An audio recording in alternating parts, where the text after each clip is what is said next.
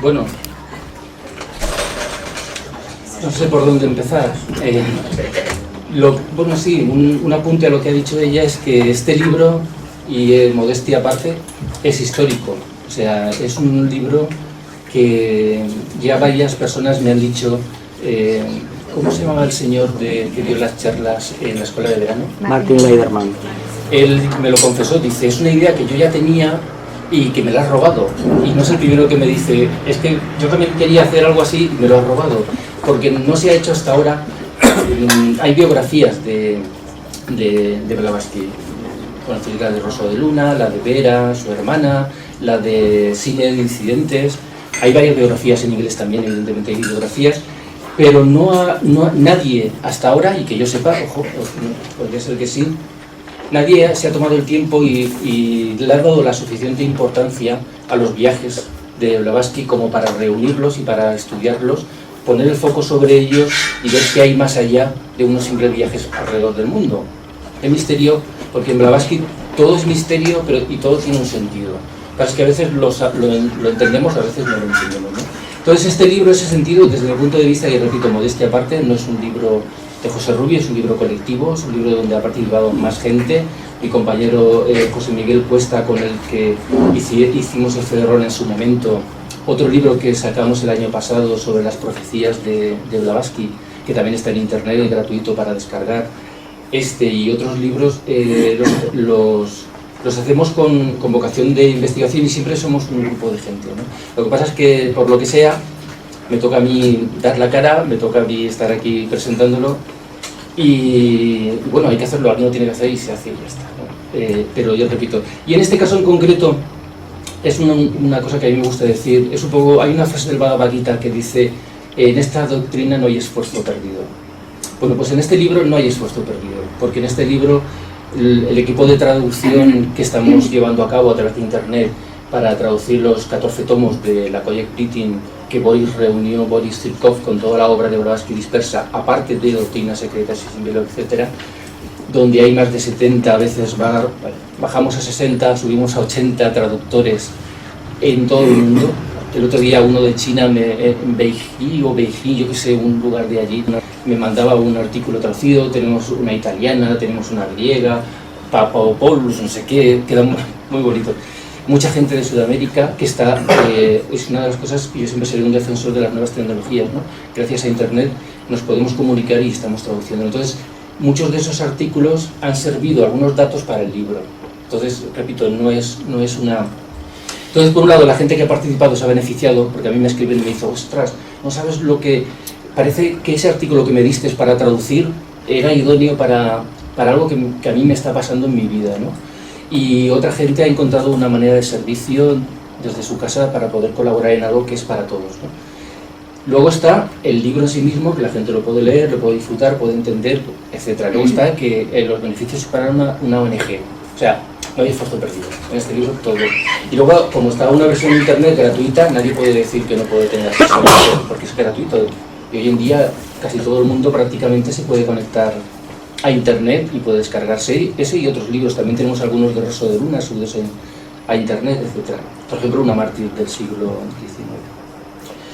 Luego también me gustaría dar las gracias por dejarme venir aquí a hablar del libro, a intentar ayudar a la ONG, y lo que para mí es más importante ya a nivel personal de José Rubio Sánchez es el personaje de Blavatsky, ¿no? O sea, para mí Blavatsky es un referente en mi vida y desde siempre me ha interesado, lo he investigado, he leído sus libros e intento que de alguna manera en mi vida cotidiana pues me pueda servir. Entonces, para mí hablar de Blavatsky es muy importante.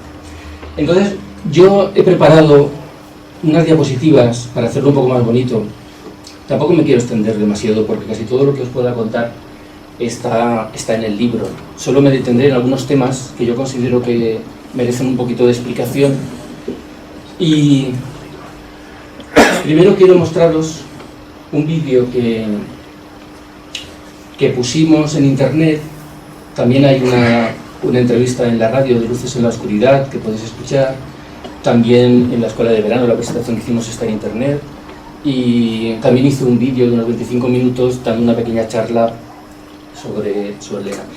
Quería mostraros primero unas fotos de ella en el periodo que vamos a ver. O sea, el periodo... yo divido la vida de Blavatsky, yo y más gente, ¿no?, en 3 grandes periodos.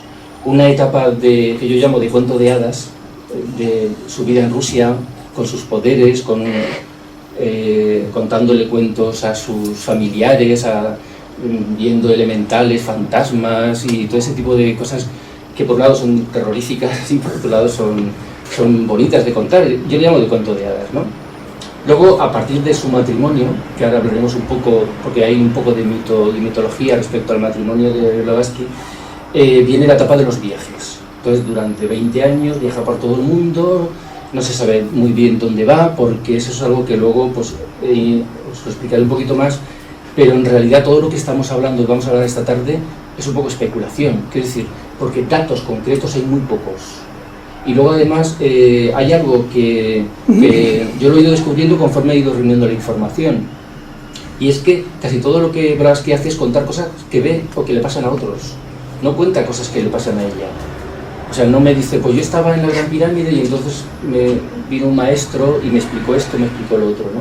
Por eso pienso que hay una tarea pendiente aquí, y es que hay que relacionar los viajes con lo que cuenta en Doctrina Secreta, sobre todo Isis sin velo, porque ahí es donde ella cuenta lo que ha vivido de otra manera, o lo que ha aprendido. Pero así anécdotas de yo me pasó esto hay muy pocas. Cuenta pues cosas que le van pasando a la gente que iba con ella, etcétera, pero de ella hay muy pocas. Esto cuando estaba en Rusia en 1848, el 49, el año en que se casó. En el 60, son fotos, de todas las fotos que tenemos de Blavatsky, que parece mentira, pero hay bastante para ser del siglo XIX, son fotos que están en ese periodo. Así os decía que luego hay un tercer periodo, que es después de fundar la Sociedad Teosófica, ya de maestría o de maestra o de divulgadora del conocimiento, ¿no?, hasta su muerte.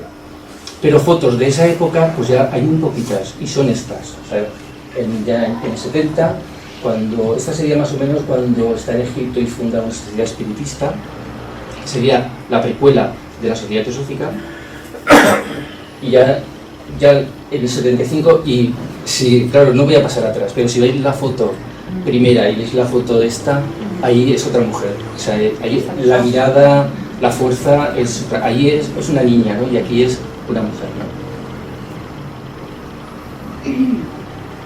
Entonces os decía que hay una presentación en el internet, hice un vídeo para representar gráficamente los viajes. Hay muchos matices, si alguien se pone, eso ha llevado mucho tiempo, que parezca fácil, y luego ha habido que tomar decisiones. Por ejemplo, con España, con Sudamérica, hay sitios, la isla de Pascua, pues no hay datos de que haya estado en la isla de Pascua, pero podría ser que hubiese estado porque los trayectos pasan por ahí. Entonces, os lo voy a poner, hay una versión en internet que va más lenta y dura 7 minutos, y digo, no vamos a estar aquí 7 minutos, entonces he hecho una versión de 2 minutos para que veáis un poco, y no os preocupéis si no pilláis y no intentáis memorizar, que decir, esto luego está en internet, esto se puede ver y no...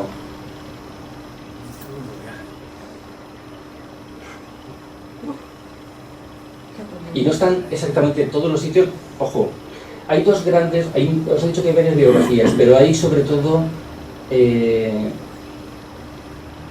dos importantes. Una es los incidentes de cine, incidentes en la vida de Blavatsky, escrita en vida de la maestra, y luego está una reseña que hace muy corta pero muy concisa Boris de Zirkov, que es muy exacta, y los datos que da casi se puede decir que van a misa, ¿no? Entonces, basándose un poco entre todas esas biografías, por ejemplo, yo he puesto a España, pero en ningún momento hay evidencia de eso, ya hablaremos si da tiempo.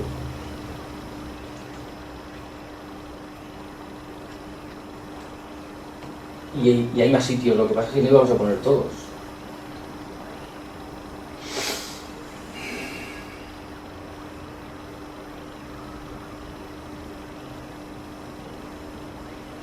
Si eso ya cansa, imaginaros viajar por todo el mundo así, ¿no?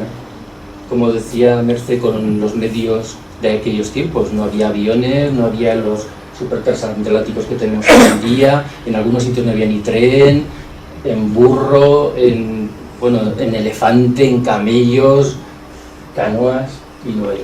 Y ahora, para mí, Esto es una broma, ¿eh? Es lo mismo pero a más velocidad. De hecho, Rosso de Luna dice, al hablar de los viajes, dice, esto marea a cualquier historiador que quiera saber un poco dónde estuvo.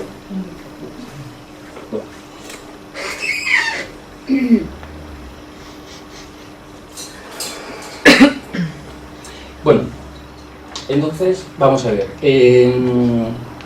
Yo lo primero que explicaría es qué es un viaje iniciático, o qué consideramos un viaje iniciático y por qué englobamos con ese concepto a Blavatsky y sus viajes.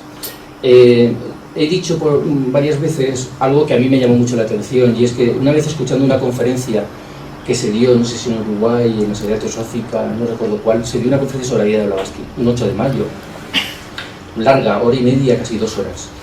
Y me la escuché entera, y sobre todo porque estaba interesado en el tema de los viajes. Y en toda la conferencia solo dedican 2 minutos a los viajes. Entonces es habitual que la gente diga, bueno, por lo menos es lo que yo he vivido, ¿no? Hizo esto, pasan mucho rápidamente al 1875, a la fundación de la Sociedad Teosófica y lo que pasó después, ¿no?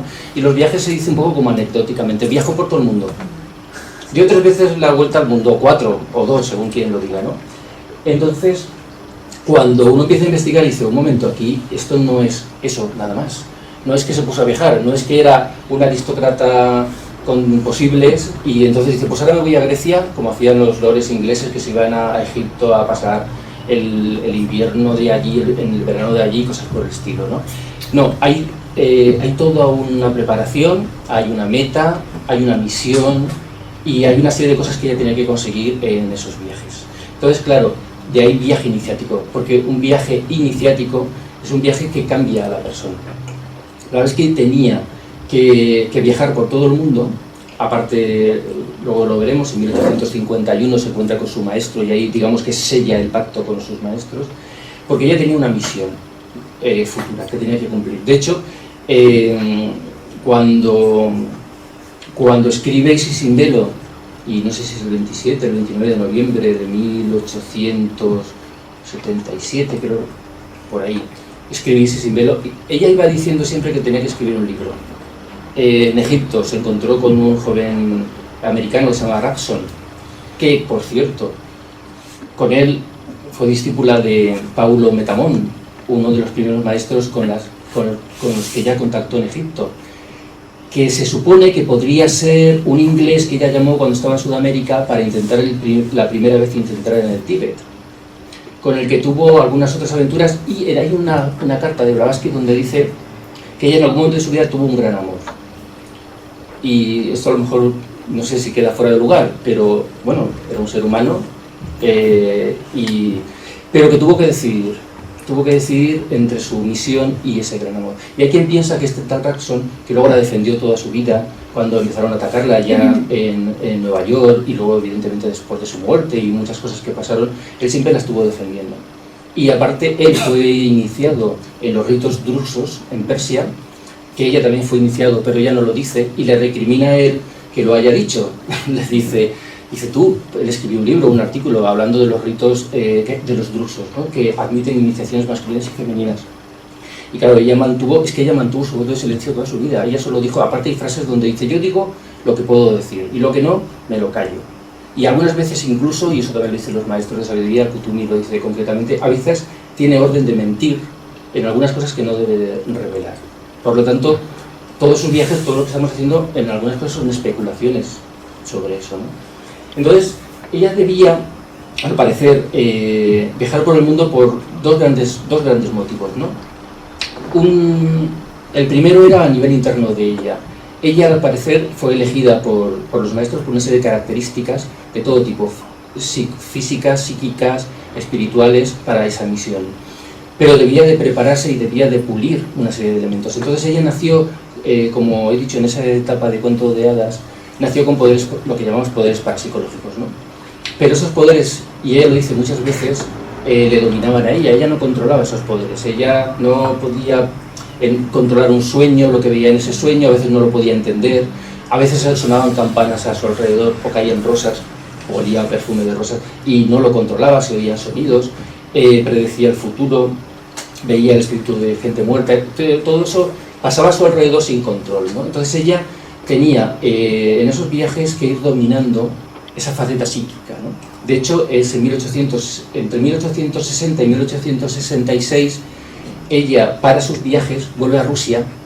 En ese momento había una boda en su familia, ella se presenta allí, y hay unos años, 5, 6, 4, depende del biógrafo, donde ella, digamos, que se asienta. De hecho, vuelve a vivir durante un año con Nicóforo, que tan malo a veces lo ponemos, que era muy mayor, que tenía 39 años cuando... 39 años tenía Nicóforo, y ella tenía 18 o 19, quiere decir que tampoco es tan exagerado, pero lo ponen como un viejo decrépito, lujurioso, que la perseguía por los castillos y cosas por el estilo, ¿no? Pues ella, cuando vuelve a Rusia, vive un año bajo el techo de este hombre, y de hecho siempre tuvo el apellido Blavatsky hasta el final. Por lo tanto, no puede ser algo tan sencillo, y de hecho ahora veremos que no fue simplemente un capricho de juventud o una apuesta de a ver si no se va a casar ese hombre conmigo, ¿no? Entonces, ella en esos años, entre el 60 y 67, en Tiflis tiene un momento cumbre en su vida de casi de muerte, de enfermedad, en el que se sabe, porque aparte ella lo escribe, que ahí venció definitivamente esa naturaleza psíquica gracias a sus maestros, y a partir de ese momento ella ya dominaba esos poderes, ya los podía producir a voluntad. De hecho, la fenomenología en esa época de cosas que hizo es alucinante. Eso solo puede llenar libros y libros. Al lado de su familia, a su padre, que no creía en estas cosas, al final tuvo que creer. A su hermano le retaba a levantar una mesa y no podía levantarla, y luego, si ella quería, podía levantar la mesa porque controlaba el peso de la mesa. Se veían fantasmas. El árbol genealógico, el padre empezó a rehacerlo con la información de los espíritus. Se encontró con el metropolitano de Isidoro, de la Iglesia Ortodoxa, y empezó a hacer fenómenos delante de él. Bueno, es una época muy llena de fenómenos, pero el elemento cumbre de ahí, y por eso yo tampoco me he dedicado mucho en el libro a hablar de esa parte, es que ella dominó sus poderes ahí. O sea, definitivamente estuvo al borde de la muerte. La llevaron en barco por un río que el viaje era el trayecto 4 días. Por las noches se desdoblaba, se iba al bosque. Los criados salían asustados diciendo que era un fantasma o que se había muerto. Y al final, según ella, por el poder del sonido, y eso lo hicieron varias veces los maestros a lo largo de su vida. Le curaron la enfermedad física y controló definitivamente su naturaleza psíquica. De hecho, yo creo, eso es una opinión mía, que ella no pudo llegar a entrar en el Tíbet hasta que no consiguió dominar su naturaleza psíquica, porque, bueno, yo estoy hablando y me estoy saltando muchas diapositivas que luego vais a ir viendo, ¿no? Pero bueno, prefiero seguir el hilo así. Ella, esa naturaleza psíquica, era uno de los elementos que tenía que dominar para su misión, ¿no? Entonces yo siempre me preguntaba, digo, vamos a ver, si Blavatsky era tan fiel a sus maestros y hacía lo que le decían y era obediente hasta la muerte como soldado, etcétera, etcétera, etcétera, ¿por qué intentó entrar 3 o 4 veces en el Tíbet?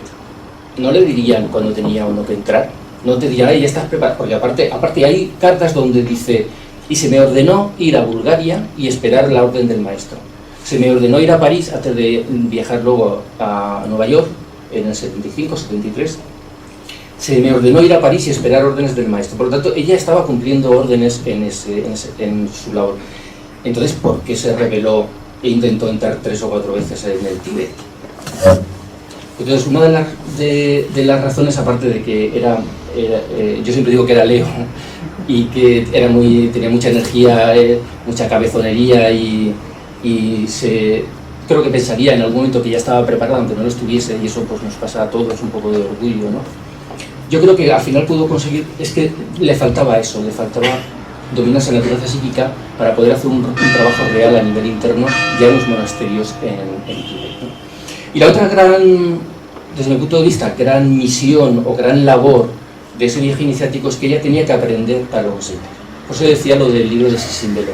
Sisimbelo es el primer libro que ella escribe, salió como con 2 tomos, más de 1000 páginas, y todo el mundo lo habrá oído, que fue una revolución en su momento. Se vendió la primera edición inmediatamente, la segunda al poco, la gente solo eran elogios al libro. También se le criticó mucho porque es muy caótico, pero es un libro muy autobiográfico, tiene en cuenta muchas anécdotas de todo lo que vivió y de todo lo que aprendió. Entonces, desde mi punto de vista, ella tenía que aprender, tenía que ir a los diferentes, tenía que aprender de verdad no como hacemos hoy en día, y yo me da culpa a través de internet, con Google, que vamos buscando información, las pirámides, entonces ahí miramos las pirámides, las foticos, y nos quedamos, no, ya tenía que ir ahí, tenía que entrar dentro de la pirámide, tenía que pasar una noche o varias que pasó dentro de la pirámide, tenía que ir al Tíbet, estar ahí en las montañas, pasar el frío, sufrir, y ella lo dice en algún momento, ¿no? Que solamente ya por ese sufrimiento y ese esfuerzo que lleva el viaje en sí mismo, como el nuestro hoy, por ejemplo, desde Valencia, que quieras que no, pues tantas horas en coche, pues ya, pues si yo estoy ya cansado del viaje de hoy, imaginaros, ¿no? Eso ya te cambia, ¿no? O sea, ya te va forjando, aprendes cosas, disciplina, paciencia, voluntad, y vas desarrollándote, ¿no? Entonces ella tenía además eso, que ir a los lugares de sabiduría de aquel tiempo, donde aún había maestros con los que aprender, para ir recogiendo. Aparte es que ella lo decía, os lo decía antes, ella estaba en Egipto con Rasun y le decía, es que tengo que escribir un libro. Luego en el Tíbet, un coronel, el primer intento que se supone que intentó entrar en el Tíbet, iba con ese inglés, con un tártaro y con no sé quién.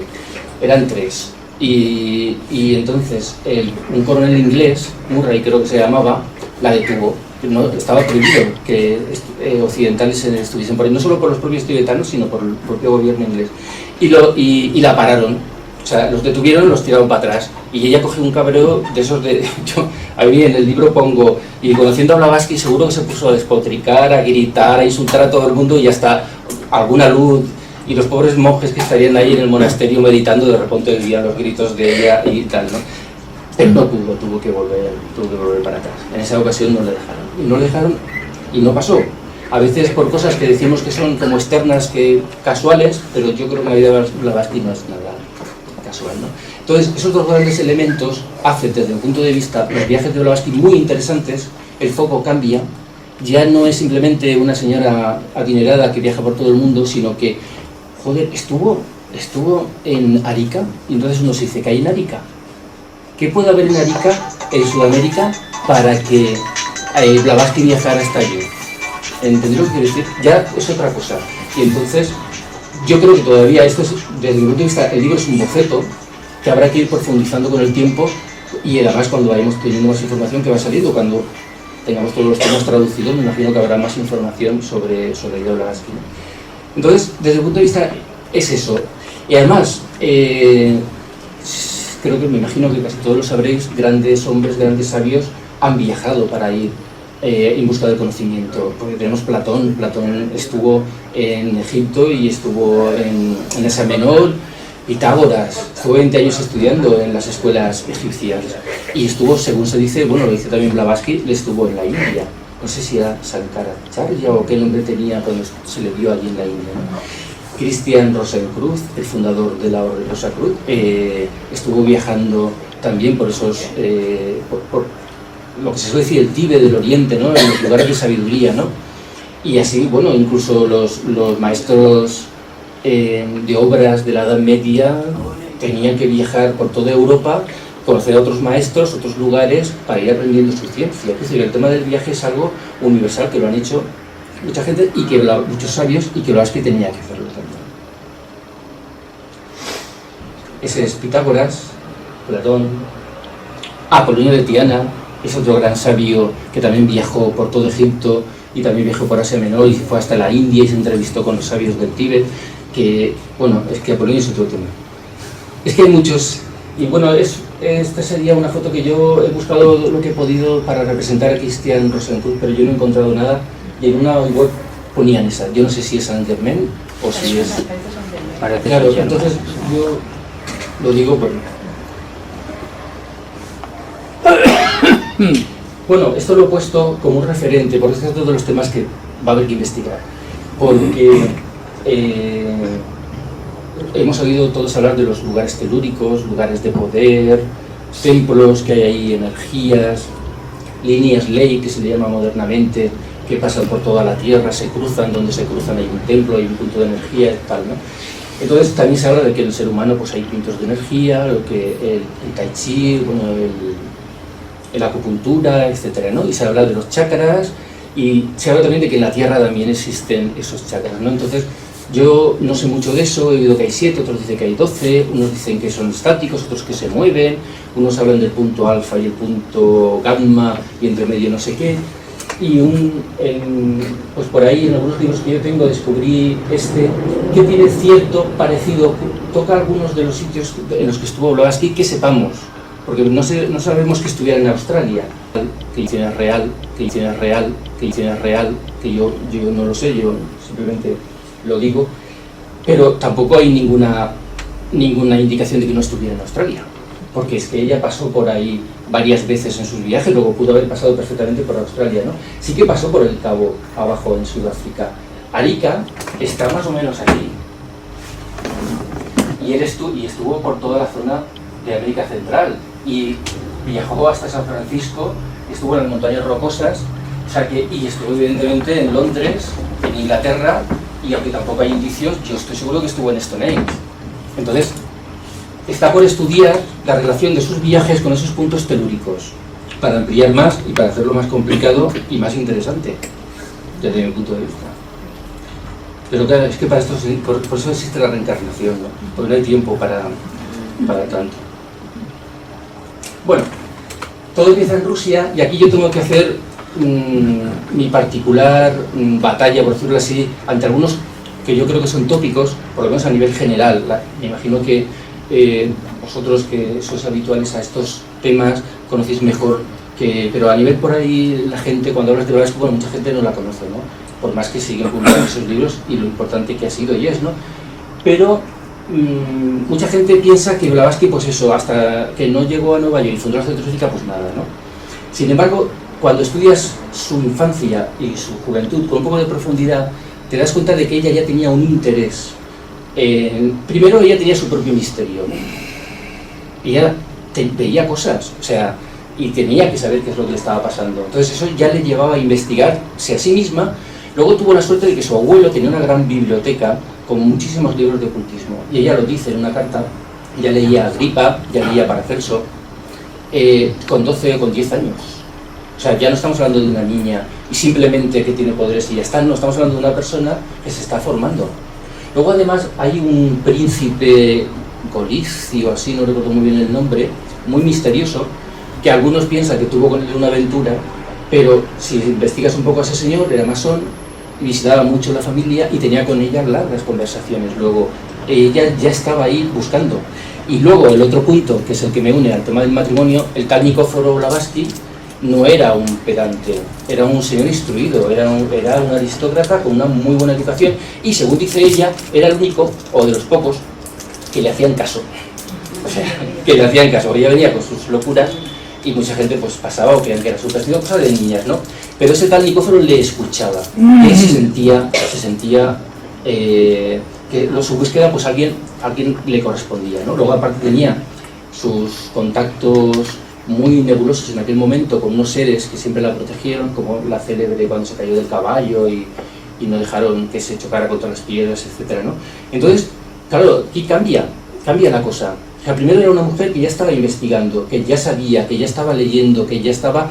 De hecho, había un vara no sé cuántos, un señor que trabajaba con abejas muy cerca, en un bosque cercano, y que era un mago y todo el mundo lo conocía como un mago blanco de la zona. Y él ya iba allí a hablar con él.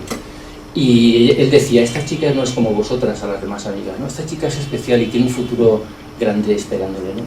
Entonces, el tal príncipe con el que se supone que fue el que le puso en contacto con el Paulos Metamón en Egipto, y el tal Nicóforo, que no era simplemente un abuelo que se quería aprovechar de una jovencita, sino que era un señor que la entendía, con el que ella podía hablar y que le permitió, con la jugada del matrimonio, liberarse del yugo familiar porque ella tenía que viajar. O sea, era una forma, como si lo hubieran pactado, por decirlo así, ¿no?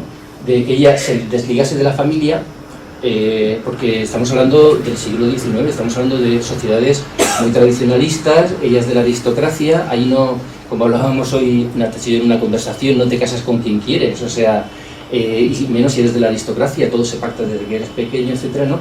Y eso era, por un lado, una facilidad económica o para determinadas personas que busquen una vida social, pero para alguien que busca el mundo oculto esotérico era una traba, ya tenía que liberarse. Tuvo suerte, de que su padre entendía esa faceta de ella, y sabemos que durante toda su vida y sus viajes, toda su vida no, hasta que murió, le iba enviando dinero a determinados puntos. Incluso mandó a un alemán a buscar la Asia, con el que intentó entrar también en Tíbet. No sé si es que guió al alemán para que le intentase ayudar o algo, pero casi tal. Por lo tanto, la faceta del matrimonio y la de la jovencita ya cambia, ya es distinta, ¿no? Ya todo cobra sentido, y los viajes cobran más sentido, porque ella tiene que dejar todo para hacer esa ruta, ¿no?, por todo el mundo. Además, como os decía antes, que ella misma, mira, se llamaba Baranín.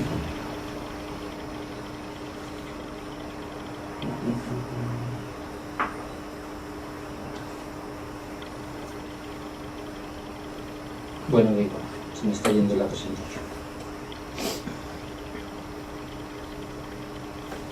Me paro aquí porque si no se me va todo para adelante. Bueno, decía que ella misma intentó tapar mucho de sus viajes, de Tiflis, bueno, de Ereván, se fue a Poti, de Poti se fue a Constantinopla, bueno, hubo sitios intermedios. De ahí pasó por Grecia, aunque en el mapa yo no lo he puesto. Hay quien dice que ahí en Grecia pudo haber conocido al maestro Hilarión y no luego en Egipto. Un personaje también importante en su vida y en la fundación de la Sociedad Teosófica. Pero el primer sitio importante al que va es Egipto. Entonces en Egipto, esta es una foto que he encontrado del tal Raxon, ya más de mayor, y con ese jovencito que se lo encuentra allí empieza a recibir clases de este tal Paulos. Era un copto, un sabio muy, muy mayor, que al parecer pertenecía a esa fraternidad que en aquel momento para Blavatsky era algo medio mítico, medio real, todavía no, digamos, más un presentimiento que un hecho real. No había tenido todavía, que sepamos, una entrevista directamente con ningún maestro, sino que iba siguiendo indicaciones de ellos, pero de otra manera, ¿no? Entonces ahí en Egipto se dice que hay una fraternidad que pertenece a la gran fraternidad blanca, que es la de Luxor, y que esa fraternidad blanca con la que se puso en contacto, que parece ser que este Paulos Metamón, el tal Hilarión, otro maestro llamado Serafis, y hasta 7, pertenecen a esa fraternidad, y luego ayudaron, y hay testimonios de Olcott que los vio, de alguno de ellos empezó a iniciar a Olcott luego cuando se fundó la Sociedad Teosófica. Hay algún escrito donde hay elementos mágicos, etc. Aunque no hay en su biografía de Blavatsky en esta época nada que nos demuestre un contacto directo, ¿no? Pero evidentemente ella lo dice luego más adelante, que la fraternidad del Luxor estaba detrás del nacimiento de la Sociedad Teosófica, y la fraternidad del Luxor pertenece a la gran fraternidad blanca universal. No sé si Paulos Metamón era o no era de la fraternidad ni de Luxor ni blanca, ¿no? Pero sí que es verdad que era un sabio de allí, de Egipto, y es con el que tiene los primeros contactos. Entonces, en Egipto viajó varias veces en su vida, en varias vueltas, estuvo en Egipto, ¿no?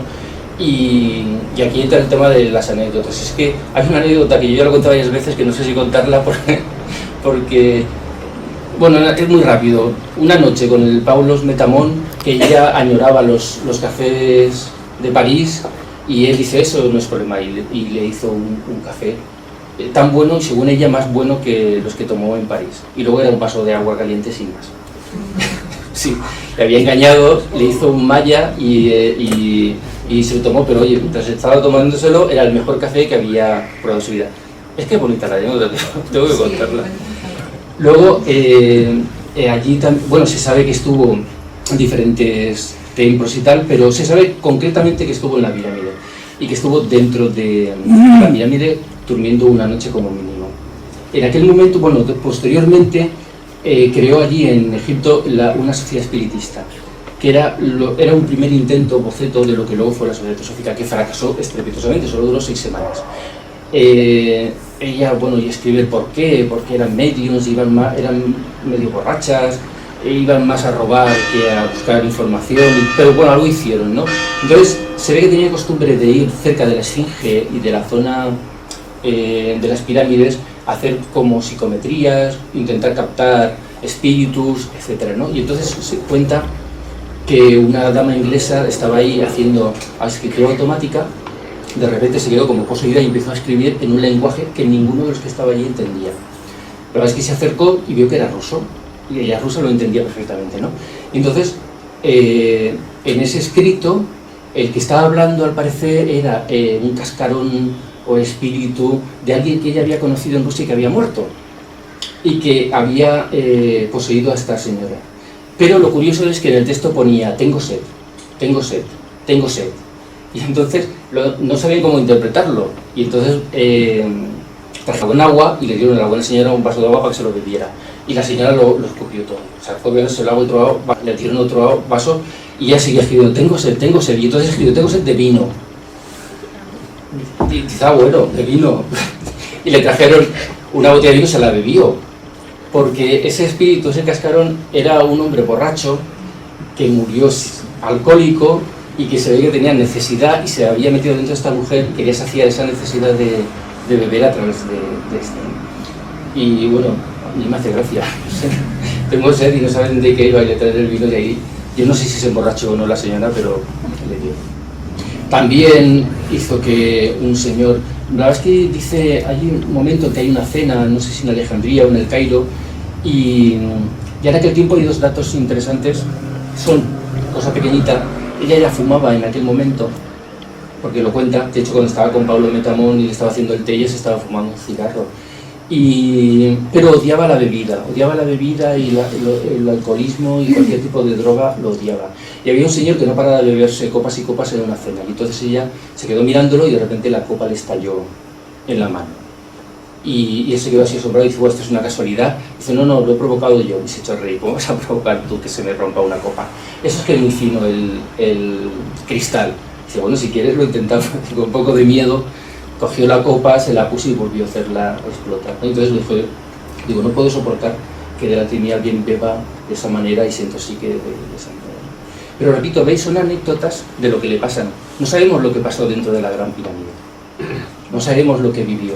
Pero yo creo, eso también es un supuesto mío, hay un escritor que Tarragó cita en una conferencia, que es Paul Brunton.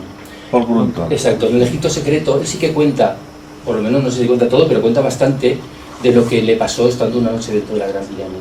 Y sabiendo que Blas que tenía poderes, que podía haber espíritus, el pasado, contactar con otros planos y dimensiones, yo estoy seguro de que ahí pasó de todo, o sea, seguro. Pero yo no lo cuenta. Claro, y por eso digo que luego cuando leamos con detenimiento Doctrina Secreta y ese sin velo, hay que ir y buscar los elementos, porque ahí sí que va dejando pistas de cosas que ella ha ido viviendo y que hay que unir con aquellos momentos, ¿no? Luego, bueno, allí hay muchas anécdotas, porque también está el tema de las serpientes, hipnotizadores de serpientes. No sé si fue ahí o en la India, se sentó encima de una y casi le muerde, y si no es por el hipnotizador que la para, pues eso, le muerde y la intoxica. Un malabarista que tira una cuerda hacia el cielo, empiezan a sube un chico joven, luego el maestro le llama y no baja, el maestro sube por la puerta, desaparecen los dos en el cielo, luego empiezan a caer brazos, manos, al suelo, todo lleno de sangre. La gente se queda espantada, el hombre baja, ya no baja el niño, recoge la cuerda, tira una manta encima del cadáver troceado, y luego para hacer el acto final coge la manta, la quitan y el chico está entero. Entonces todo eso es algo que pasa por allí y ella lo cuenta, ¿no?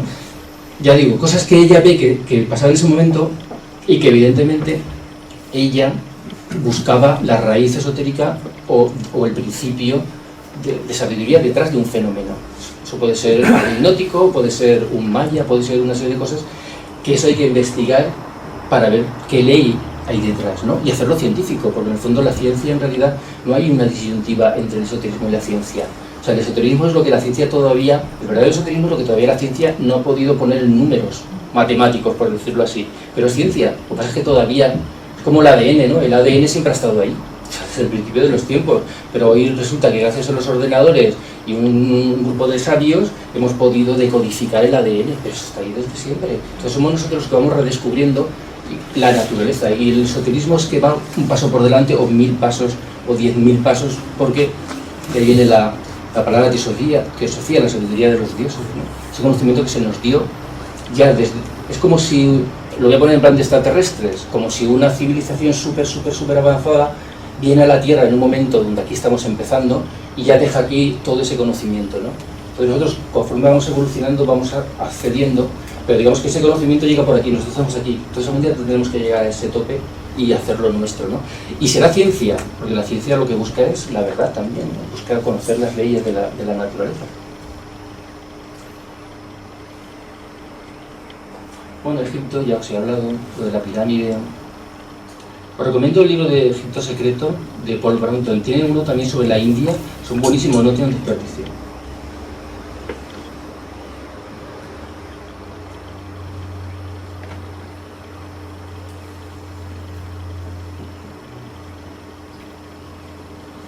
Bueno, Londres, 1851. ¿Por qué es importante esta fecha y este lugar? Porque en ese sitio, en Londres, en Hyde Park, Blavatsky se encuentra por primera vez que sepamos físicamente, y yo creo que sí, se encontró por primera vez físicamente con su maestro Moira.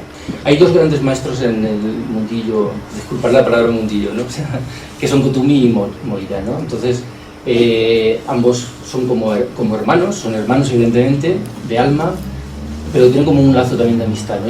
Y aparte juntos parece ser que estaban encargados de llevar adelante con más maestros lo que fue la iniciación de Blavatsky y luego la Sociedad Teosófica. Entonces, hay quien dice que iba con su padre, hay quien dice que no cuadra muy bien las fechas para saberlo concretamente, porque si ya se había ido de Rusia, es un poco raro que se encontrase ahí con su padre, a no ser que lo fuese a ver, pero no hay datos sobre eso. Pero el caso es que ahí lo ve, su maestro, que era muy alto, iba con un grupo de hindús, y en ese momento la para y le dice, no es el momento de hablar, de ir por la calle, y quedan para el día siguiente en Hyde Park. Entonces, no sé si era de por la noche o de madrugada, se encuentra allí y hablan de estas cosas. Entonces, desde mi punto de vista, es el momento en el que ella tiene que sellar el pacto con sus maestros.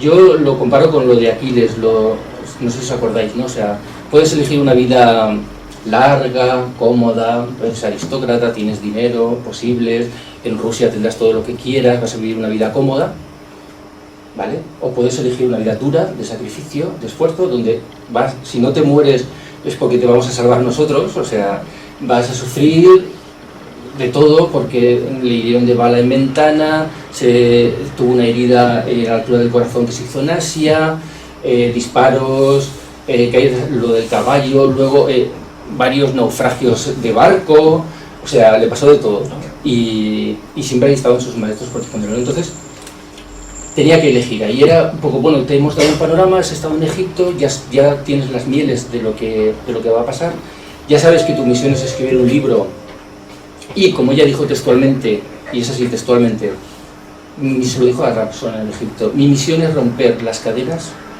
del materialismo que atan a la humanidad. Eso lo decía ella ya en el 1849, 50. O sea, decirme a mí si es un viaje turístico, o sea, tenía muy claro lo que tenía que hacer, ¿no? Y entonces, en el 51, con Moria, ahí es donde ella dice sí, dice acepto. O sea, yo con todas las consecuencias hago lo que haya que hacer, voy a donde haya que hacer y aprendo lo que haya que aprender.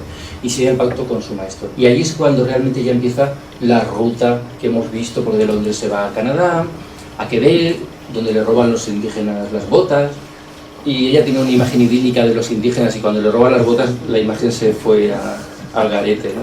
Luego se va a Nueva Orleans, porque ella era muy inocente en ese sentido, que es decir, ella iba investigando todo lo que podía y iba a investigar los ritos vudús, y sus maestros en un sueño, lo dice así completamente, en un sueño le avisan de que no tiene que mezclarse con eso, o sea que no es su camino. O sea, hay mucha magia en el mundo, hay muchas cosas sobrenaturales, hay mucho, pero no todo es blanco, digámoslo así, no todo es positivo para el hombre, y no es necesario probarlo todo. O sea, es que eso me gusta decirlo porque hay mucha gente que piensa que hay que vivirlo todo. De hecho, con Mabel Collins tuvo grandes broncas Blavatsky por el tema de hay que probarlo todo. Porque en el sendero hay una frase donde viene a decir que para aprender hay que probarlo todo. Claro, sí, para aprender tenemos que ir pasando, ¿no?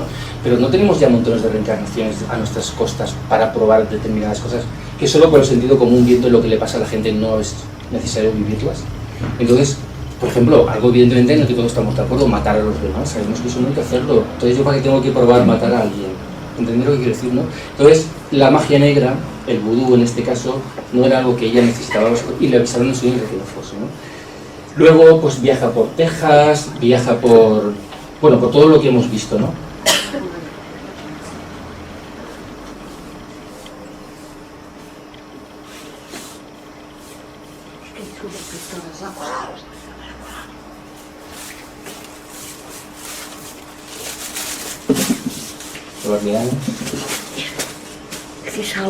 No vamos a recorrer punto por punto, no os asustéis. Y bueno, si todo lo que hay en el mapa lo vamos a ver, nos vamos aquí hasta las 3 de la mañana. No, ni las 7 de la mañana. Y yo me tengo que volver a... Bueno, y sí que me quiero tener para mí lo que son temas un poco más interesantes, ¿no? América del Sur, vale. Para algunos, incluso Sinet, en la vida, en incidentes de Blavatsky no pasó por América del Sur. O sea, por lo menos no pasó ni siquiera en el primer viaje. Y incluso Boris de Zirkov, que para mí es el que más exacto hace las fechas, los lugares y tal, una segunda visita que hizo a Sudamérica y que está comprobada que la hizo, para él tampoco. Fue por San Francisco, de ahí fue a Japón y volvió a Asia y no pasó por... Pero sí que estuvo en Sudamérica. Es que no es que hable mucho de los templos y de la sabiduría y el conocimiento de los mayas, los incas, etc. Es que ella textualmente lo cuenta. Y pongo este mapa, aunque yo no sé si es el mapa que ella dice, y porque me explico. Ella, bueno, va por México, por toda América Central, luego debió estar en toda la zona de Palenque, Maya. Luego va por el norte, va por la costa, está en Bolivia, se sabe que estuvo en las selvas amazónicas, estuvo en Perú, estuvo en Arica, estuvo en Chile, y por la zona de Bolivia y tal, ella cuenta sus viajes. Incluso en un viaje posterior dice, en un viaje anterior me pasó tal cosa, o sea, que corrobora que hubo dos viajes. Entonces, el primer viaje, desde mi punto de vista, fue en estas fechas, en esta primera vuelta al mundo, y en la siguiente vuelta al mundo volvió a pasar otra vez por... Entonces, en Arica, ella cuenta, que aparte a mí me hizo gracia, porque al parecer los indígenas saben de ciudades secretas, saben de tumbas, las tumbas de los incas, lo llama así Blavatsky, saben de que hay tesoros escondidos, no solo tesoros de dinero, de monedas, sino tesoros de sabiduría, ocultos, y que al parecer los sacerdotes, como los indígenas, como no se fiaban de los españoles ni de los sacerdotes, pues no se lo contaban a nadie, pero resulta que un indígena va y confía en un sacerdote, y entonces se lo cuenta al sacerdote, pero en confesión, o sea, que el sacerdote no se lo puede contar a nadie, pero luego aparece un italiano, que por cierto Rosaluna dice que era un mago negro y con el que tuvo algún tipo de enfrentamiento, que ese italiano, por hipnosis, le saca al sacerdote la información y entonces habla de un mapa que yo no sé si es esto, sé que está en Adyar, por lo menos eso es lo que dice las fuentes, Silvia Craston, etc.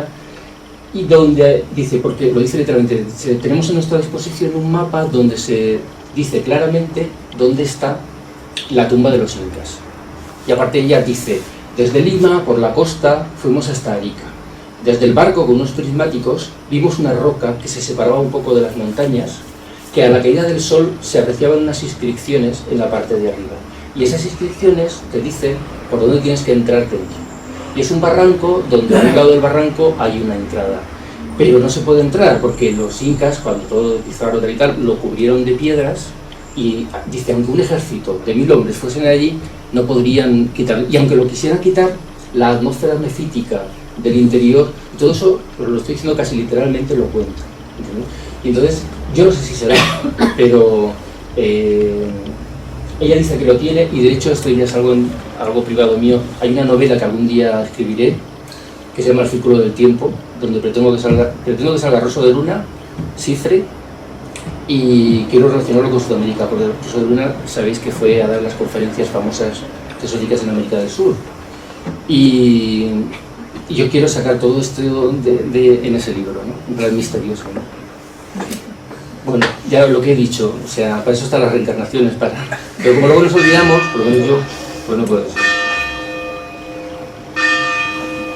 Bien, la India. Hemos pasado la isla de Pascua, etc. La isla de Pascua no hay pruebas de que estuviera, ninguna. Pero claro, gracias al CD-ROM que hicimos de Blavatsky, si escribes Isla de Pascua, te sale todos los lugares donde habla en todas sobre la isla de Pascua. Y hay 90 y tantas citas sobre la isla de Pascua. y en algún momento se habla de tal manera que dices, es que estuvo allí, porque los describe, los moais, de tal manera que dices, es que estuvo allí, ¿no? Y entonces lo he puesto en el mapa, está que pasó por la de Pascua, pero no lo podía. Y ahora venimos a la India. En la India hay otro tema, ¿vale? Que son de los que yo quería...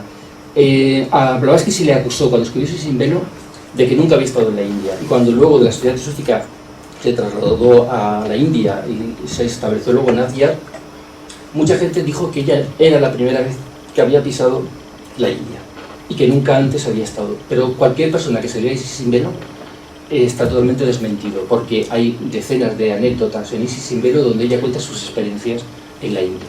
Lo que pasa es que en la India, además tenemos por las rutas y selvas del Indostán.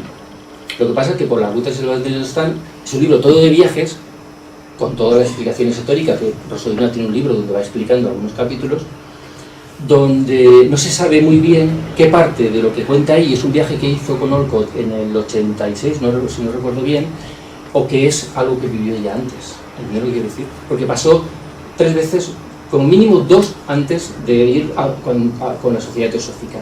Y en esos viajes ella tuvo, de hecho ahí conoció a un maestro que lo conocemos como Kutumi, pero que ahí ella le llama Gulab Lal Singh, que les va llevando, pero ese maestro que les va dirigiendo por las diferentes cavernas y templos de la India no estaba cuando Olcott, estaba cuando ella. Además, los viajes, hay un dato que da, no sé si Rosso de Luna, y es que cuando en el libro se habla de que van en carromatos, que van con no sé qué burros castrados de no sé qué, dice, cuando van atravesando selvas y todo lo demás, es al primer periodo. Cuando van en tren, es que ya es la época de Olcott, la época ya existía la Sociedad Teosófica. Entonces, y luego está el país de las montañas azules, otro libro dedicado todo a esa zona tan especial, ¿no? Entonces, quería destacar eso, que en las 2 ocasiones, la primera y la de la Sociedad Teosófica, es Bombay el primer sitio donde llega. También pasan por Ceilán, Sri Lanka ¿no? Donde hay un artículo muy bueno, no recuerdo si es de My Season o de... no recuerdo de quién es, donde dice que es una isla muy especial, la isla de los adeptos, se le llama entre comillas, donde ella pasa por ahí varias veces y no sabemos muy bien lo que hizo, bueno, como tantas otras, pero es lo que os decía. Vamos a ver, si cada viaje pasa por Ceilán, ¿por qué pasa por Ceilán? A ver, por amor de Dios. Bueno, la gente que tenga el poder de ver los planos acásicos y tal podrá saberlo.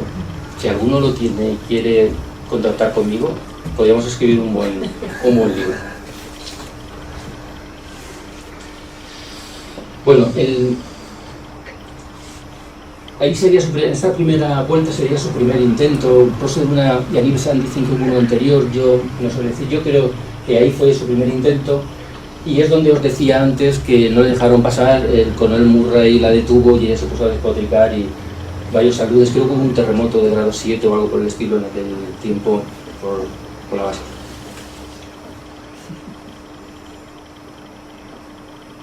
Bueno, de la India hay montones de anécdotas, y no quiero entreteneros mucho porque están en el libro. Una anécdota que no he contado, pero que está en el libro y mejor explicado por ella que por mí. Pero hay un momento en que, repito, es algo que le pasan a otros, pero que ella lo cuenta. Un fakir y un prestidigitador se retan mutuamente, van en un barco y se retan a hacer un tipo de magia. Y entonces ambos cogen una hoja y la tiran Estaban discutiendo sobre los pitris, sobre los espíritus, los elementales y tal, ¿no? Y entonces cada uno quería probar que dominaban más y mejor a esos elementales, ¿no? Y entonces cada uno tira la hoja al agua y se esperan un rato, no sé por qué la tiran boca abajo, dice que está boca abajo, y al ratito la cogen, las hojas. Entonces la hoja del fakir en blanco tenía palabras sánscritas escritas, y la del prestidigitador una especie de demonio. Pero es que las palabras sánscritas era una frase de tipo moralizante, no dice cuál, pero dice que... Y el fakir era analfabeto. O sea, era analfabeto, era sánscrito y además era una frase inteligible y el otro solo pudo plasmar un monstruito en la hoja, ¿no?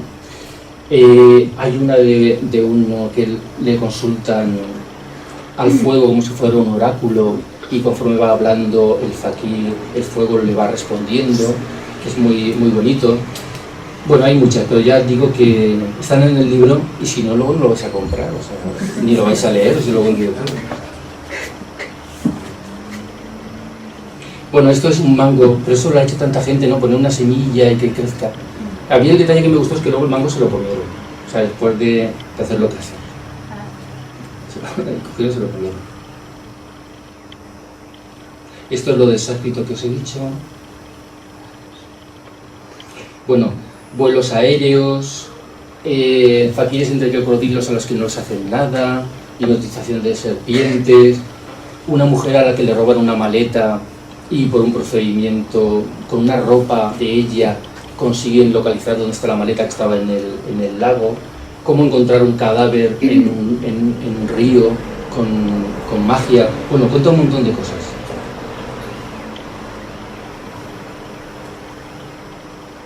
Bueno, el desierto de Gobi lo destaco por dos cosas. Una es porque es un lugar de la tierra de los más misteriosos que hay. Hablamos muchas veces de Egipto, tal y tal, pero bueno, es que el desierto de Gobi guarda misterios, bueno, insondables, que se dice, ¿no?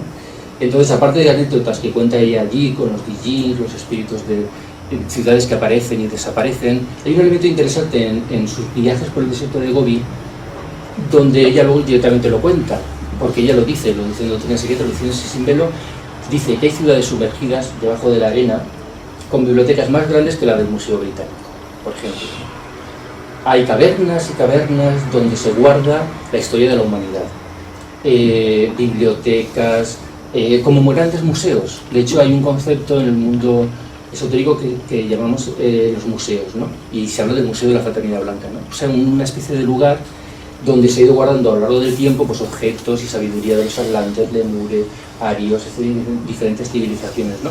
Que no está necesariamente solo en el desierto de Gobi, también está en el Tíbet y en otros lugares del mundo. De hecho, en América y América del Sur se supone que los hay, y esto que os he hablado antes del tesoro de los incas es más bien eso que otra cosa.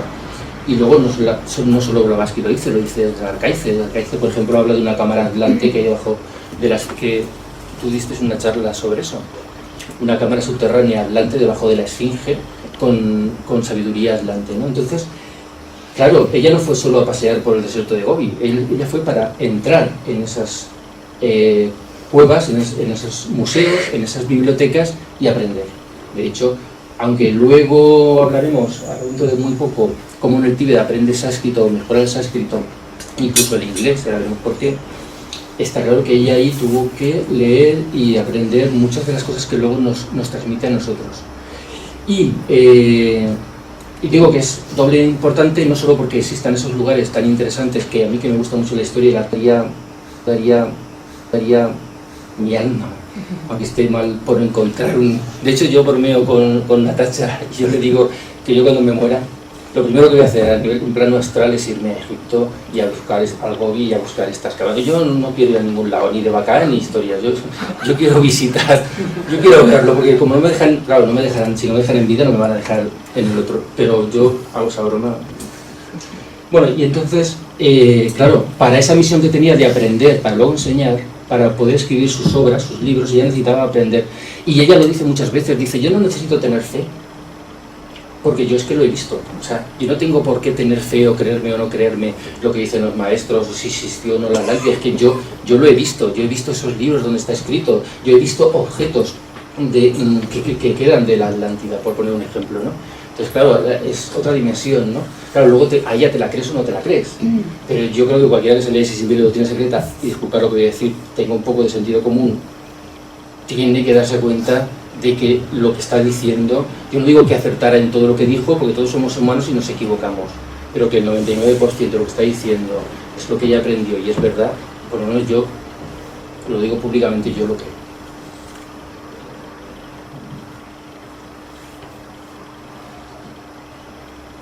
Bueno, Tiflis es el lugar donde hay 65, entre el 60 y el 66, lo que os he contado de la enfermedad que tuvo ella para sus viajes, su primer viaje por el mundo, vuelve a Rusia, se junta con su familia, incluso abrió algún negocio, lleva una vida normal, pero con muchos fenómenos. Sus poderes se estaban desarrollando muchísimo, pero, repito, no los dominaba, y es en ese momento cuando consigue dominarlos, y desde mi punto de vista que está preparada para su misión final, aunque aún dio bueno, es que se cuentan anécdotas de... Había un médico que la estaba curando a Blavatsky, porque las heridas, esa herida que tenía en el corazón, que tuvo una serie, de vez en cuando se abría, y los médicos intentaban curarlos, a veces podían, a veces no podían, a veces al día siguiente se había curado sola, o sea, de forma...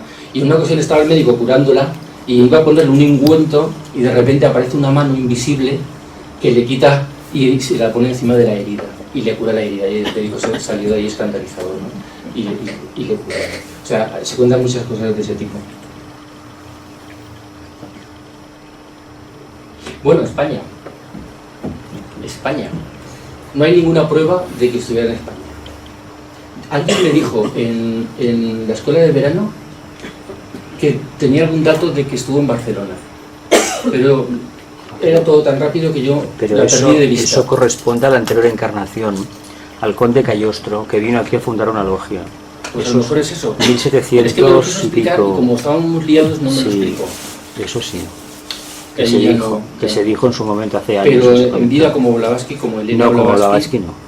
Pero aquí hay algo que a mí personalmente me interesa como español, evidentemente, y es que, y Rosa no es el único que habla de esto, evidentemente ningún biógrafo americano habla de paso por España, ¿no? Pero él cita, bueno, habla de que una señora apellidada Blavatsky pasó por Andalucía, y eso le lleva a él a pensar que, pero luego explica que, bueno, Blavatsky es un apellido inglés en realidad, compuesto de Blavatsky y Sky, que es cielo, es un apellido que viene en realidad de Inglaterra, y que hay más gente que se apellida Blavatsky, no tiene por ser Elena Blavatsky la nuestra la que pasara por ahí, ¿no? Pero Rosa dice algo, dice a través de Cifre y a través de la escuela teosófica de Pondama, la americana, que luego se tuvo en secesión, tiene información que luego yo he leído una carta de Yudge donde se cuenta, dice, hay un pinar, no sé si lo tengo, el texto, creo que no lo tengo.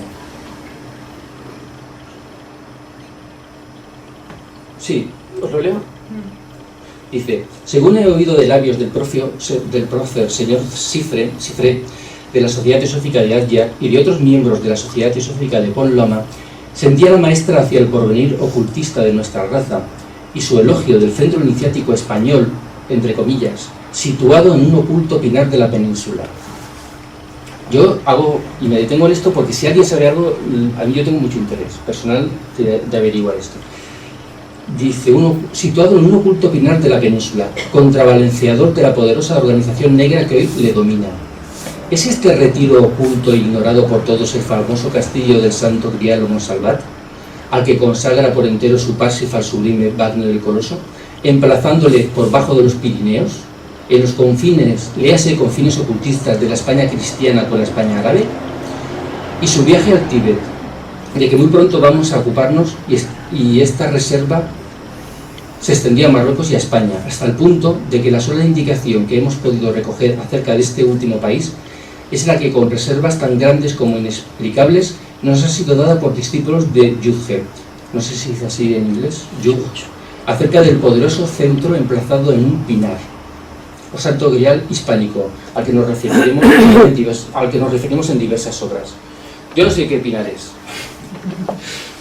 Si pudiera lo visitaba todo, pero yo no sé qué pinar es. Es que como pinar no, pero como centro Montserrat, pero como pinar, claro, tú piensas en Montserrat, no lo sé, porque es uno de los lugares más esotéricos de España, ¿no? Como pinar, ¿no? Pero él dice un pinar. Entonces, un pinar donde hay un centro de la logia en España. Luego hay una carta que yo ahí ya tengo que decir entre comillas, porque es una carta que recibe Yudge después de muerta Blavatsky. Entonces, yo no digo ni sí ni digo no. Pero ahí habla un poco de este tema y dice que Blavatsky tenía mucho amor a España y que aquí había 7 luces que tenían que crecer y difundirse por el resto del mundo. No sé más. Repito, si alguien sabe algo y no quiere decirlo en público, luego me lo quiere decir en privado, yo encantado, porque me gustaría... Yo cuando leí esto, a diferentes ramas, a Josefa de la rama C de este yo le pregunté, a José Rubio Morales le pregunté, a Pilar, a Natacha, a todo el que yo le pregunté, a Isaac le pregunté, y nadie sabe nada. o no saben o no me quisieron contar, que eso también podía ser. Pero bueno, como estamos de las noticias no le contamos nada.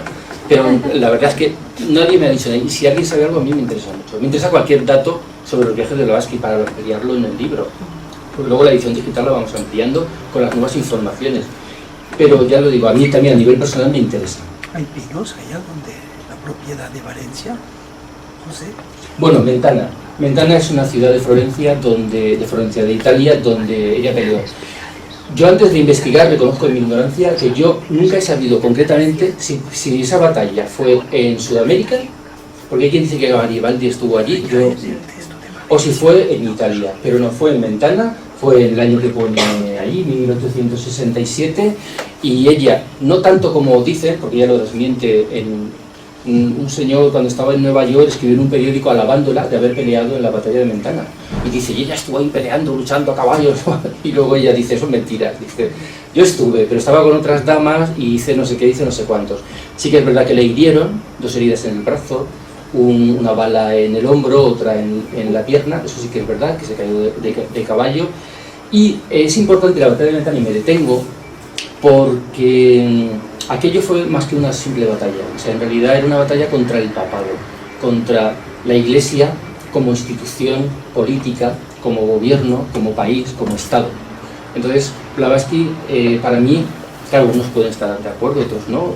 Yo no entro ni salgo, pero a mí, personalmente, entiendo que Blavatsky era una mujer comprometida con lo que creía. Y si había que ir a luchar, luchaba. O sea, si había que coger una espada, lo hacía. Aparte, ella siempre llevó con honra, y eso lo cuenta Olcott, una especie de pañuelo rojo que llevaban los garibaldinos, y ella, cuando ella iba a la granja de los Eddy a ver los fantasmas, o a crearlos ella, o a llamarlos ella siempre iba con su cigarro y con su rojo. Y entonces ella lo comenta, y también lo comenta muy bien Rosso de Luna, en esa batalla se jugaba mucho, ¿no? Porque se estaba luchando contra una forma de magia negra, ¿no? O sea, un poder no espiritual, sino material, ¿no? Político, y estaba evidentemente en contra. De hecho, para bien o para mal, sí que es verdad que en toda la obra de Blavatsky, contra la Iglesia, se mete muchísimo, no contra, luego, por suerte, gracias a Nivesan y a otros escritores, que han ido recuperando la parte esotérica del mismo catolicismo, pues no es el mismo cristianismo que el catolicismo, o otros grupos o sectas nacidas del mismo tronco, ¿no? Pero ella se mete mucho con las formas, se mete mucho con las supersticiones de todo tipo, y evidentemente en aquel tiempo, recordemos que en el siglo en el que estamos, la ciencia que acababa de empezar, que era jovencita y era muy orgullosa y prepotente, pues decía que no tenía la respuesta para todo. Y la Iglesia, que venía con la tradición de, no solo la Iglesia europea, también el brahmanismo en la India y en otros lugares, otras religiones, que se habían anquilosado, se había quedado con la forma, habían perdido el contenido, y de hecho eso es una de las labores que tenía Misiones Blavatsky, ¿no? Era quitar la paja para que saliese la verdad, ¿no? Se quitar lo que sobraba. De ahí el segundo principio de la sociedad teosófica, el estudio comparativo de religiones, filosofías, ciencias, artes. Yo siempre digo muchas más, no solamente. Porque así es como descubres que hay una verdad, y lo descubres. O sea, no es que un tío se ha inventado algo. Es que si tú lees las anécdotas, la vida, las enseñanzas de Jesús y del Buda, te das cuenta de que hay una misma enseñanza detrás, hay un denominador común. Y eso es así, es que eso es imbatible. Y estamos hablando del siglo XIX, fue la primera. No digo que no hubiese gente antes, ni grupos que ya estaban trabajando, como los Rosacruces o los masones, con un conocimiento esotérico. De hecho, se dice que diferentes grupos van pasándose la antorcha a través del tiempo, ¿no? Pero sí que es verdad que ella fue, para por lo menos el mundo moderno y contemporáneo, la que se levantó, sentó las bases, y todo este conocimiento incluso lo estructuró para que se pudiese entender y se pudiese investigar más, gracias también a la ciencia que estaba en ese momento en pañales, ¿no? Entonces, la lucha en Mentana es muy significativa por las heridas que le hizo físicas, que de alguna manera, desde mi punto de vista, incluso pudieron acelerar su muerte, porque la debilitaron mucho, las tuvo que arrastrar el resto de su vida, y ya su tarea difícil, el trato con los seres humanos es difícil, si en los grupos es difícil, y encima ir en contra de la sociedad o intentar cambiar la sociedad siendo mujer, ojo, y más lista que los que se metían con ella, que eso alguno no lo podía soportar. O sea, no podía soportar que fuera mujer ni que fuera más lista que ella, ¿no? Entonces, era fundamental. Por eso la destaco, la batalla de Mentana. Bueno, Tíbet. Estoy muy cansado. ¿No? ¿Sigo? ¿Un par de horas? Tíbet, me detengo en el Tíbet porque aquí hay dos temas. Si entró o no entró en el Tíbet y el tema de cuánto tiempo hay que estar en el Tíbet para ser iniciado. Entonces nadie se pone de acuerdo, por lo menos hasta donde yo sé. Porque yo he leído, incluso el mismo Sinet da unas cosas, dice una cosa, lo dice otra. Ella misma, ella dice en un texto, mira, os lo leo. Dice, viví en diferentes periodos, tanto en el pequeño como en el gran Tíbet. Y esos periodos combinados forman más de 7 años. Dice, es verdad, no hay ninguna necesidad en absoluto de ir al Tíbet, porque esa es otra. Es que no hay, o la India para encontrar algún conocimiento y poder, los que están latentes en toda alma humana. Pero la adquisición del conocimiento y el poder superior no solo requieren muchos años de más severo estudio iluminado por una inteligencia superior y una audacia que ningún peligro doblegue, sino también, paralelamente, muchos años de retiro en soledad y la asociación con estudiantes que la persiguen, etc. Pero por un lado, ella dice que la combinación de todo el tiempo que estuvo en el Tíbet, 7 años, que los biógrafos dicen que es imposible. Ojo, porque dicen que no cuadra, es que no hay 7 años. Pero también ella dice que mientras estaba en Florencia estudiando con una bruja, lo dice así, ella mandaba cartas a su familia con matasellos de París. Entonces, claro, si ella manda cartas con matasellos de París, dice que está en Florencia, pero podría estar en cualquier otro lugar del mundo. Quiere decir, que es lo que os decía, que no se sabe. O sea, podemos hacer especulaciones, pero no se sabe. Entonces, a nivel de año por año, como hemos intentado hacer ahí, estuvo aquí, luego aquí, no cuadra, no hay 7 años libres para estar los 7 años en el Tíbet. Ahora ella dice, en periodos, a lo mejor un tiempo por aquí, ahí sí que podría ser, porque luego estuvo unos 3 años seguidos en la fase final, en 1870, que es ya cuando es aceptada, y dice, venga, ya puedes entrar, ven para acá. Ya que tanto lo pides, mira, te lo has ganado, ¿no? Y entonces consigue entrar, ¿no? Entonces yo ahí ni entro ni salgo, solo que ¿cuánto tiempo es? Más o menos no lo sé. Que parece ser que sí que hay que estar, parece ser que sí. Porque ella no necesitaba estar en el Tíbet para estar en contacto con sus maestros. O sea, de hecho, las famosas cartas de los maestros te aparecían y caían en cualquier lugar del mundo donde estuvieras. Luego no hace falta estar físicamente al lado del maestro en el Tíbet, ¿no? En cualquier sitio te pueden dar instrucciones, lo que tienes que hacer, lo que tienes que aprender, ¿no? Pero como es un tema muy debatido, hay muchos estudios donde se confirma que estuvo. Hay un dato, hay un estudio que a mí lo descubrí hace poco, hace un año y pico, y a lo mejor vosotros ya lo conocéis, porque Franz Hartmann, que fue discípulo de Blavatsky, ayudó en los teosóficos, estuvo en la etapa final en Londres cuando murió y tal. Él hizo un experimento, y es que a una psíquica que él conocía y de la que se fiaba, porque de pequeño la conocía de alemana, le dio varias cartas para que la psicometrizara, o sea, para que dijera que viera. Entonces, una carta era de una amiga de él, otra carta no recuerdo de qué, y una carta era una de las cartas de los maestros.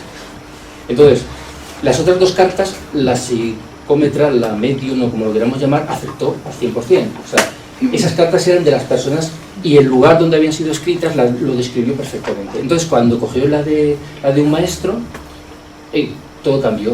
Describía un valle, describía unos templos, describía gente diferente. Esa señora, por ejemplo, nunca había visto alpargatas, lo que llamamos ahora nosotros alpargatas, y entonces se reía de cómo iban los zapatos.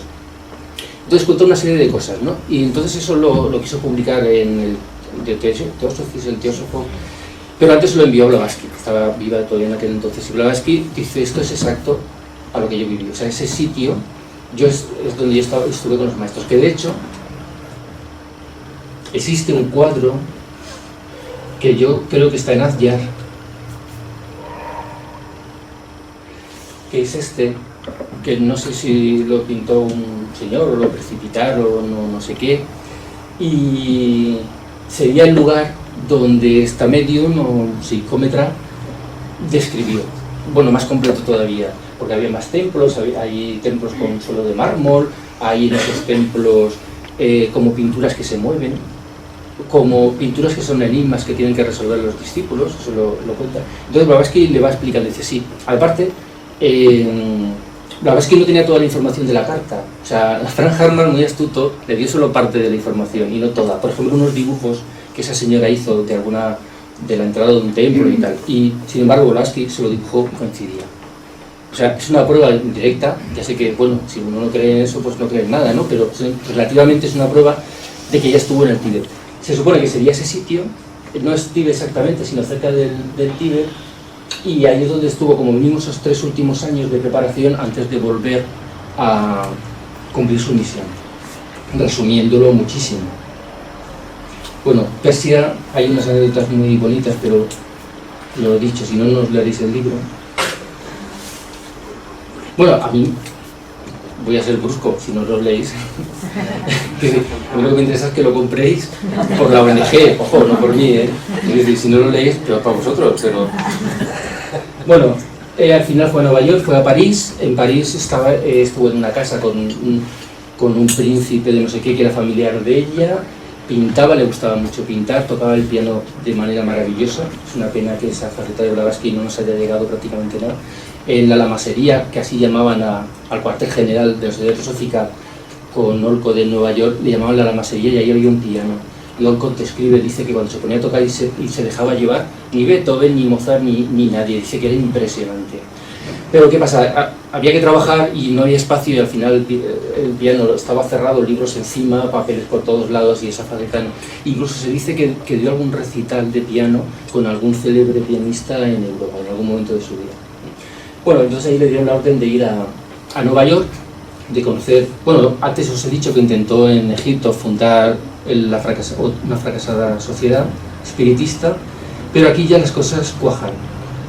Sin verlo, que ya os he comentado, su primera obra, y bueno, la resolución, digamos, de todo esto, para ya no aburriros, es que, como he dicho antes, ella tenía, que no son viajes de turismo, sino que son viajes iniciáticos. Era porque tenía que hacerlos, tenía que transformarse ella en esos viajes, de ahí el concepto de iniciación. Ella tenía que iniciarse en una serie de conocimientos perdidos, pero tenía que iniciarse en sí misma, en su propio misterio, tenía que transformarse, tenía que dominar sus poderes.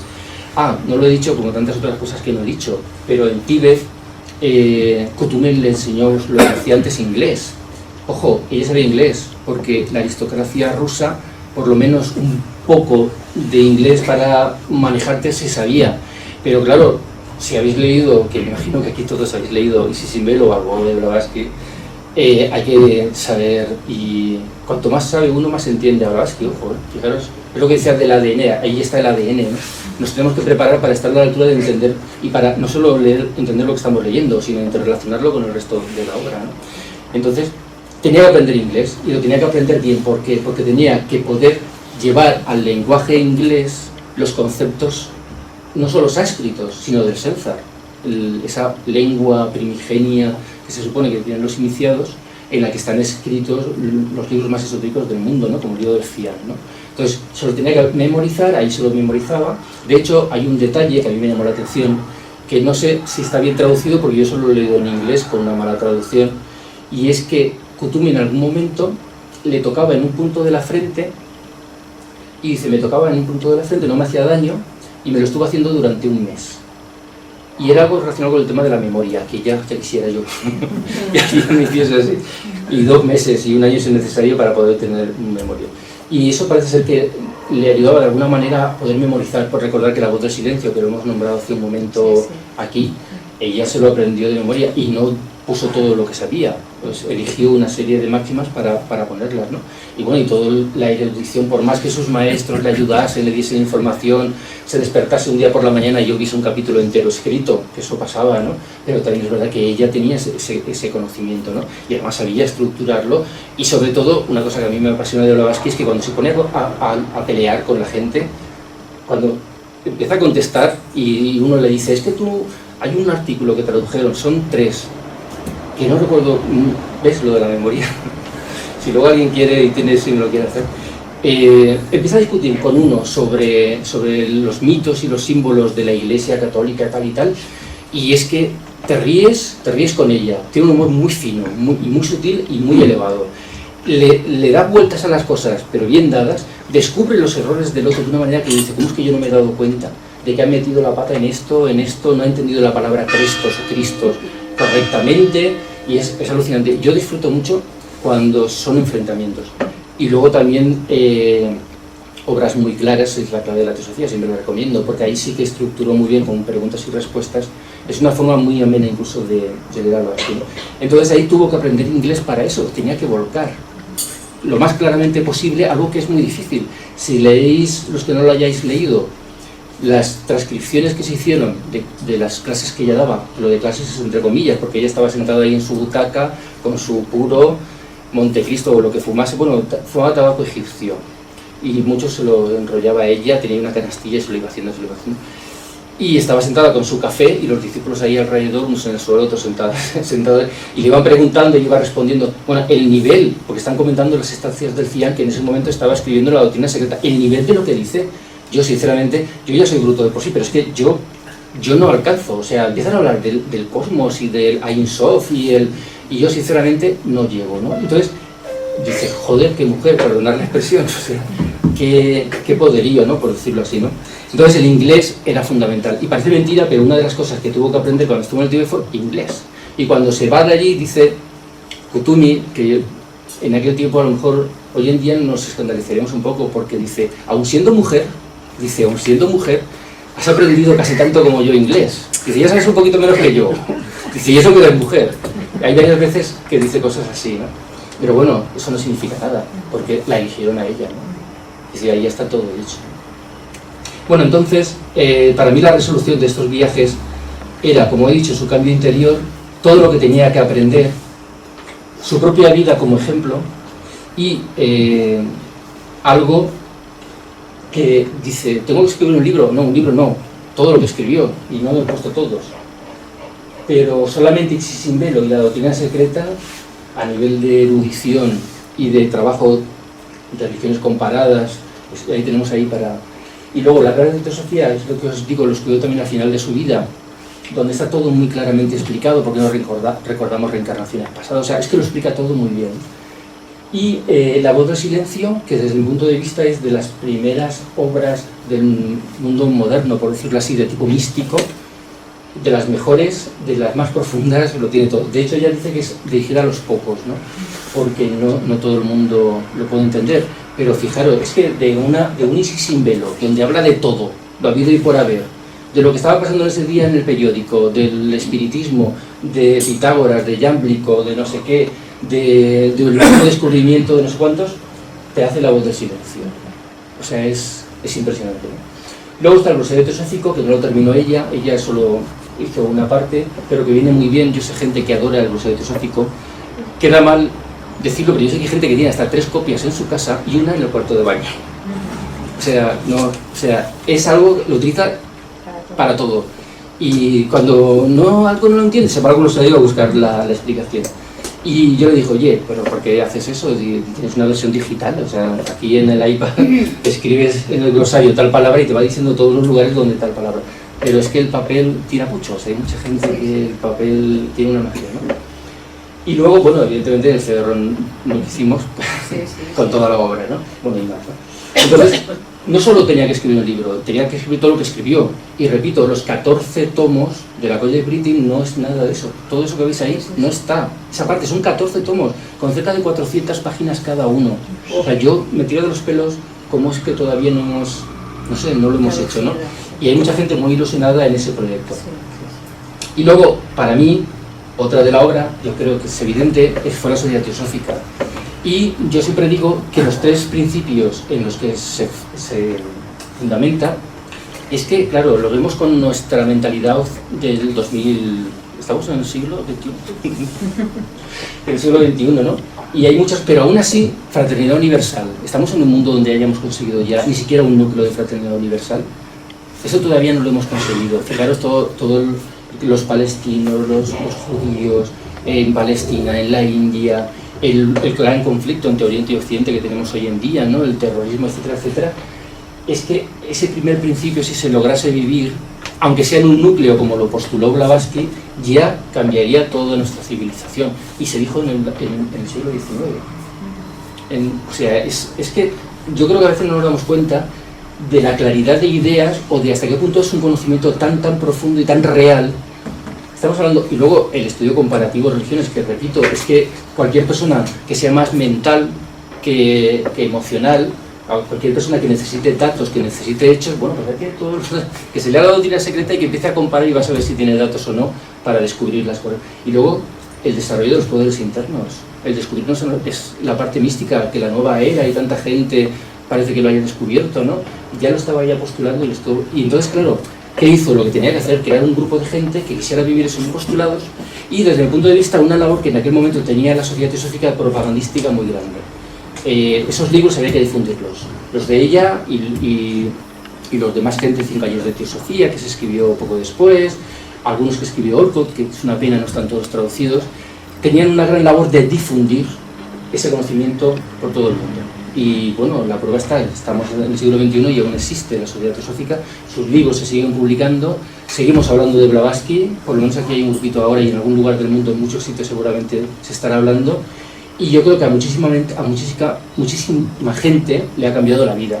Repito, yo tengo traductores, y esto lo he vivido yo, que me escriben y me dicen: José, no sabes el favor que me has hecho. O sea, yo estoy aprendiendo cosas que en mi vida, y animal, y dice, parece mentira, pero yo estaba con un problema interno y he leído esto y he encontrado la respuesta. A lo mejor es una casualidad, pero ojo, una casualidad. En la escuela de verano, yo que no soy sociable, yo que no me gusta estar mucho con la gente, me quería sentar solo en un sitio y no pude. Me llevaron a sentar delante de una señora. Digo, ya, aquí yo tengo que dar conversación, yo soy tímido y no me gusta mucho hablar, no tengo que estar aquí hablando y no me apetece. Por eso esa señora es de Alfira, cerca de Valencia, y ella sola se ha traducido 4 tomos de la College Britannic. Y me dice, tengo 4, y yo entendí mal que 4 artículos. Digo, 4 artículos, para eso no me esfuerzo en hablar por 4 artículos. Pero luego dice Natacha, oye, que ha dicho 4 tomos, ¿de qué? Ay, ¿cómo es que te llamas? Ay, eres muy guapa tú, o sea, ¿cómo podemos...? Y el marido al lado, ¿no? Entonces se me queda mirando así. Bueno, el caso es que, una casualidad, no sé, que cada uno piense lo que quiera, pero a mí me ha pasado. O sea, crear un grupo de gente, que mucha gente cuando empecé dije, uy, la verdad es que ya no le interesa a nadie. La verdad es que no le interesa a nadie. Yo subí a la iTunes Store La Voz del Silencio, y al día de hoy ya deben ir por los 40.000 libros descargados. Ojo, no estamos hablando de 2.000 o 3.000, estamos hablando de 40.000 copias de La Voz del Silencio descargadas a la iTunes Store de Apple, que es relativamente minoritaria en comparación con Amazon y con otras. Casi 40.000 copias. Entonces, pues, al principio había gente, a nadie le interesa Blavatsky sobre la traducción, no vas a tener. Pues en poco tiempo teníamos 90 personas traduciendo artículos. Luego las circunstancias de cada uno, como es un trabajo voluntario y nadie cobra, y tal, pues ahora se le ha muerto un familiar y no puede seguir, otro ha perdido el trabajo. El que se fue a China al principio dice, mira, me voy a China, no sé si voy a poder ayudarte. Cuando llegó allí, oye, ya estoy aquí, ya me he acomodado, me he comprado portátil, a ver, mándame un artículo y tal, ¿no? Entonces, fijaros, ¿no? Estamos aquí, estamos todavía con esto y aún sigue beneficiando a la gente. Y yo pienso, y recuerdo, hombre, pienso desde mi propia ignorancia, ¿no? De que tengo muchísimo que aprender. O sea, yo creo que cada vez que leo, yo me he leído, no mucho, pero creo que 5 o 6 veces la doctrina secreta me la he leído. Yo cada vez que leo digo, esto lo leí yo, esto lo decía. Lo de la memoria, repito, si alguien tiene un poder para desarrollar la memoria, que hable conmigo. Y bueno, eso sería todo a nivel de la charla. Esa es una estatua que me gustó, creo que está en Rusia, no sé si en la casa de Catherine Oslap, creo que está ahí en casa museo, no sé si. Y es muy bonita porque además está la esfinge. La verdad es que le llamaron la esfinge del siglo XIX. Y yo quiero, pues, ya en esta etapa final, por lo he dicho, los agradecimientos a ese equipo de traducción con el que estamos colaborando.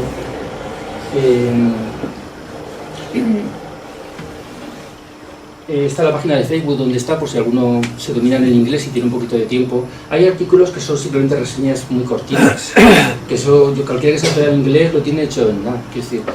Y sí, estoy haciendo propaganda. Si alguno se anima, en Facebook escribe traducción y proyectos de geografía sagrada. Es que la idea también era, igual que hicimos con el libro de pasajes sobre el porvenir, que reúne todas las profecías o las partes que podían considerarse proféticas en la obra de Blavatsky, las reunimos y las organizamos, profecías de tipo científico, religioso y tal.